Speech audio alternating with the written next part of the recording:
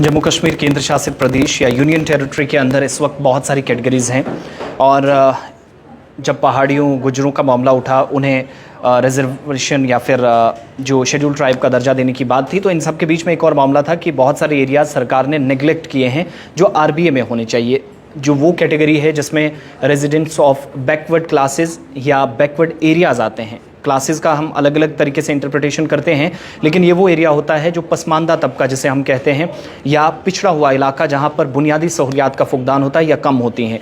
अब परेशानी क्या है कि बहुत सारे एरियाज़ छूट गए थे, बहुत सारे एरियाज़ डेवलप हुए हैं, बहुत सारा कामकाज कुछ इलाकों में हुआ है, लेकिन आज भी कई ऐसे इलाके हैं जो पसमानदा इलाकों में शुमार होता है और आरबीए के अंदर आते हैं। लेकिन एक बड़ी डेवलपमेंट हो रही है जिसमें कमीशन की तरफ से काम किया जाएगा, जिसमें सरकार की तरफ से काम किया जाएगा और अब आइडेंटिफिकेशन दोबारा से आरबीएस की होने जा रही है। जो रेजिडेंट ऑफ बैकवर्ड एरियाज़ हैं उनको कितनी सहूलियात हैं, कितनी तब्दीली कहाँ पर आई हैं, फैसिलिटीज़ कितनी सरकार या सरकारी इदारे उनको प्रोवाइड करने में अभी तक कामयाब हुए हैं, ये सारी चीज़ जो हैं वो वक्तन फ़क्तन सामने आती हैं। लेकिन अब आहिस्ता आहिस्ता इन चीज़ों को और बेहतर तरीके से पब्लिकली लाने की कोशिश हुई है। आरबीए का जो स्टेटस है वो कमीशन आने वाले दिनों के अंदर एक बड़ी एक्सरसाइज शुरू करने जा रहा है। वो कमीशन जिसको 6 महीने की एक्सटेंशन दी गई है और ये है सोशली और इकोनॉमिक एजुकेशनली बैकवर्ड क्लासेस, यानी जो तालीमी मकासद के लिए लोग आगे नहीं आ सके उन एरियाज़ के अंदर जहाँ पर आज के वक्त में कई तरह की परेशानियाँ हैं, बुनियादी सहूलियात का फुकदान है। जो मैंने शुरुआत में कहा, तालीम बच्चे अच्छे नहीं हासिल कर सकते तो एजुकेशनली वो पीछे रह जाते हैं और सोशली भी वो काफ़ी बैकवर्ड हैं। उनके लिए एक कमीशन जो है वो बनाया गया था ऐसी क्लास को आइडेंटिफाई करने के लिए, ऐसे एरियाज़ को निशानजद करने के लिए, आइडेंटिफिकेशन उनकी करने के लिए। लेकिन इस कमीशन को 6 महीने की अब जाकर जहाँ एक्सटेंशन मिली है, तौसी कर दी गई है, ये एक बड़ी मशक शुरू करने जा रहा है और ये जम्मू कश्मीर के अंदर भी होगी। तकरीबन 50% के आसपास आरबीएस को ख़त्म कर दिया जाएगा, जो इंतज़ामी ज़राए कन्फर्म कर रहे हैं इस मशक के दौरान। क्यों? क्योंकि बहुत सारे एरियाज़ के अंदर सरकार मानती है असल जो मकासद थे, आखिरी मरतबा 1995 में जो सर्वे हुआ था आरबीए के तहत, उसमें बिजली, पानी, सड़क, ये वो सारी बुनियादी सहूलियात थी जिनको वजूहात बनाकर या इन सारी चीज़ों को सामने रखकर सर्वे किया गया था कि किन किन एरियाज़ के अंदर कौन सी फैसिलिटीज़ हैं, कौन सी नहीं। तो ये सारी चीज़ें डिस्कस करने के बाद आरबीए जो हैं रेजिडेंट ऑफ बैकवर्ड एरियाज़, उस वक्त बहुत सारे एरियाज़ इस क्लास में डाल दिए गए थे। लेकिन वक्त गुजरने के साथ साथ सरकार मानती है कि बहुत सारे एरियाज़ ने खुद को डेवलप किया है, सड़कें गई हैं, बिजली घर घर पहुंची है, पानी पहुंचा है। इसके अलावा कनेक्टिविटी या रोड कनेक्टिविटी की बात जब होती है, टेलीकॉम सर्विसेज प्रोवाइड की गई हैं, 4G 5G का चलना। शायद ये एक इलाके को इससे ज़्यादा आइडेंटिफाई बेहतर तरीके से नहीं कर सकता कि अब वो आरबीए से बाहर होना चाहिए। तो सरकारी तौर पर जो ज़राए हैं, सरकार के अंदर बैठे लोग हैं जिनने इस काम को अंजाम देना है, वो कंफर्म कर रहे हैं कि ये जो बड़ी मशक शुरू होने जा रही है, 50% के आसपास आरबीएस जो हैं आने वाले दिनों के अंदर कमीशन की जानिब से जब आइडेंटिफाई की जाएगी तो resident of backward areas reservation का जो मामला है, जो 10% इस वक्त जम्मू कश्मीर को भी हासिल है, वो ख़त्म कर दी जाएगी। यानी आरबीएस को रिजर्वेशन तो ख़त्म नहीं की जाएगी लेकिन एरियाज़ को कम किया जाएगा। जो इससे पहले ज़्यादा थे वो 50% से भी कम हो सकते हैं, तकरीबन 50% ख़त्म हो जाएंगे। कमीशन जिसको इस वक्त हेड कर रहे हैं रिटायर्ड जज हैं GD शर्मा और रूपलाल भारती व मुनीर खान, इन 3 लोगों का कमीशन है। ये तमाम लोगों से मकामी सतह पर, ठीक वैसे जैसे जम्मू कश्मीर के अंदर डिलिमिटेशन हुई, district development commissioner, district magistrates, तमाम लोगों से रब्ता किया गया, डेलीगेशन से बातचीत हुई, उनकी बातें सामने रखी गई, उनके तासुरात, सवाल थे, उनके कुछ जवाब थे और ये जो प्रश्न का सिलसिला या जवाब देने का सिलसिला ये चलता रहा। उसके बाद फाइनल रिपोर्ट आई। उसी तरीके से ये काम भी शुरू होगा कमीशन में। रिटायर्ड जस्टिस GD शर्मा जो इसको हेड कर रहे हैं, जिनके सरबराही में काम होगा, रूपलाल भारती और मुनीर खान, ये कमीशन में बाकी मेंबर्स हैं।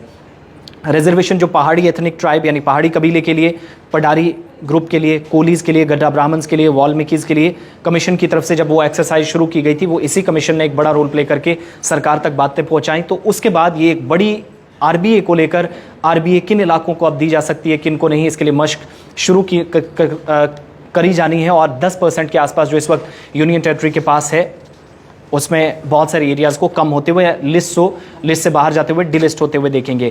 1995 में कमीशन ने बहुत सारे एरियाज़ को बैकवर्ड एरियाज़ करार दिया गया था। उस वक्त रिव्यू जो हुआ था वो तकरीबन कहा गया था कि हर 5 साल के बाद रिव्यू होगा, लेकिन 28 वर्षों से ये लापरवाही देखिएगा, कहीं किसी ने इस पर फोकस नहीं किया।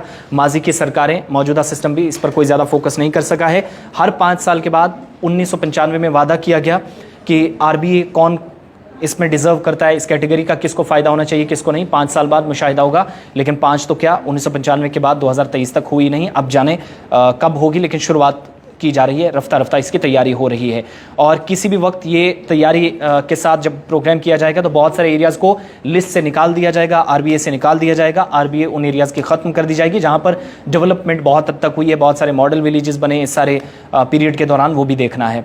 ज़रा ये भी बताते हैं कि रिव्यू तकरीबन 28 सालों से नहीं हुआ, लेकिन बहुत सारे एरियाज़ जो हैं जिनने इल्ज़ाम लगाया है कि आरबीए पॉलिटिकल कंसिडरेशन की बेस पर होती रही या की जाती रही, उसको कम से कम ख़त्म किया जाना चाहिए। यानी पार्टियों को जहां लगता था वोट बैंक उनका है, मेंबर्स को जहां लगता था, लेजिस्लेटिव असेंबली के मेंबर्स को, मेंबर ऑफ लेजिस्लेटिव काउंसिल्स को, मिनिस्टर्स को, मेंबर पार्लियामेंटेरियंस को, जहां उनको लगता था कि रिजर्वेशन जो है वो जिन एरियाज़ के अंदर दी जा सकती है, मेरा वोट बैंक है, तो उस हिसाब से इस्तेमाल की गई। वो शायद हो सकता है कि इस बार सरकार ने वादा तो किया है, शायद वो इम्तियाजी सलूक ख़त्म किया जाए। रूलिंग पार्टी जो है वो वोट बैंक के तौर पर भी माजी में इन इलाकों को इस्तेमाल करती रही, तो शायद इस चीज़ से इनकार नहीं किया जा सकता। दूसरा, 95 में जो हुआ था, जो मैंने शुरुआत में कहा कि कनेक्टिविटी, स्कूल, अस्पताल वगैरह जो है, क्राइटेरिया लिस्ट उस वक्त बनाई गई थी। इस वक्त बहुत सारे इलाकों के अंदर ये चीज़ें हैं, लेकिन अस्पताल अभी भी बहुत सारे एरिया के अंदर नहीं है। इंफ्रास्ट्रक्चर की, बुनियादी ढांचे की कमी है। 18% के आसपास एरिया जो है 1995 में डिक्लेयर किया गया था, जहां पर 20% रिजर्वेशन आरबीए को दी गई थी या आरबीए के तहत दी गई थी। तो बाद में क्या हुआ कि एक बिल लाया गया और इस बिल के ज़रिए इस रिजर्वेशन को 10% 2020 में कर दिया गया। 9 सीट जो है असेंबली सीट जम्मू कश्मीर के अंदर, इनमें एसटीज़ के लिए रिजर्व की गई। 5 सीटें जो है, जब डिलिमिटेशन हुई, सारा प्रोसेस मुकम्मल हुआ, रिजर्व सीट एसटीज़ के लिए, एससीज़ के लिए रखी गई जम्मू सूबे के अंदर, और 4 सीटें जो है वो कश्मीर सूबे के अंदर रखी गई। और अब नए सिरे से यहाँ पर मशक भी शुरू हुई, क्योंकि वोट बैंक इधर से उधर गया है, वोटर्स इधर से उधर गए हैं, डिलिमिटेशन हुई है, वोटर्स बटे हैं, अवाम बटी है, तो शायद एरिया वाइज जियोग्राफिकली या जो टोपोग्राफी है उन चीज़ों को भी मद्देनज़र रखते हुए ये मशक अब बहुत इंपॉर्टेंट है। एसटी जो है रिजर्वेशन जॉब्स में और तालीम के मैदान में, तालीमी इदारों के अंदर वो इसको एंजॉय करती है।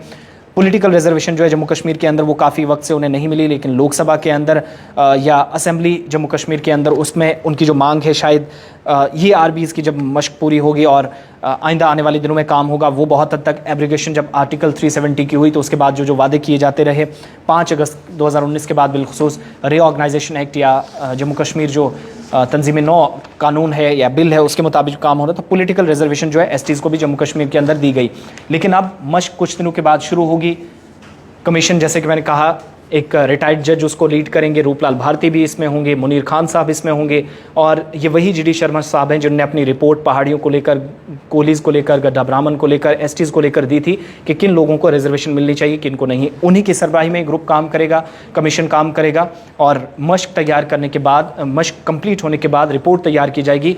वो सरकार को, मुतलका वजारत को, कमीशन अपने सामने रखेगा और उसके बाद फाइनल फैसला लिया जाएगा कि आरबीए किसको मिलेगी, किसको नहीं। यानी पिछली जो जानकारी हमारे पास है, जो कंफर्म सरकारी सोर्सेज कर रहे हैं कि 50% के आसपास उन एरियाज़ को निकाल दिया जाएगा लिस्ट से जो ऑलरेडी आरबीए के तहत थे, और जिन एरियाज़ के अंदर ज़रूरत के मुताबिक है, फैसिलिटीज़ की कमी है, सहूलियात का फुकदान है, सुविधाओं का अभाव है, तो वहाँ पर इस बार सरकार बड़े कदम उठाने जा रही है। तो बहुत सारे लोग डिनोटिफाई हो जाएंगे और बहुत सारे लोग आरबीए में शामिल होंगे, 50% के आसपास, लेकिन इतने ही ख़त्म भी होंगे, लिस्ट से बाहर हो जाएंगे।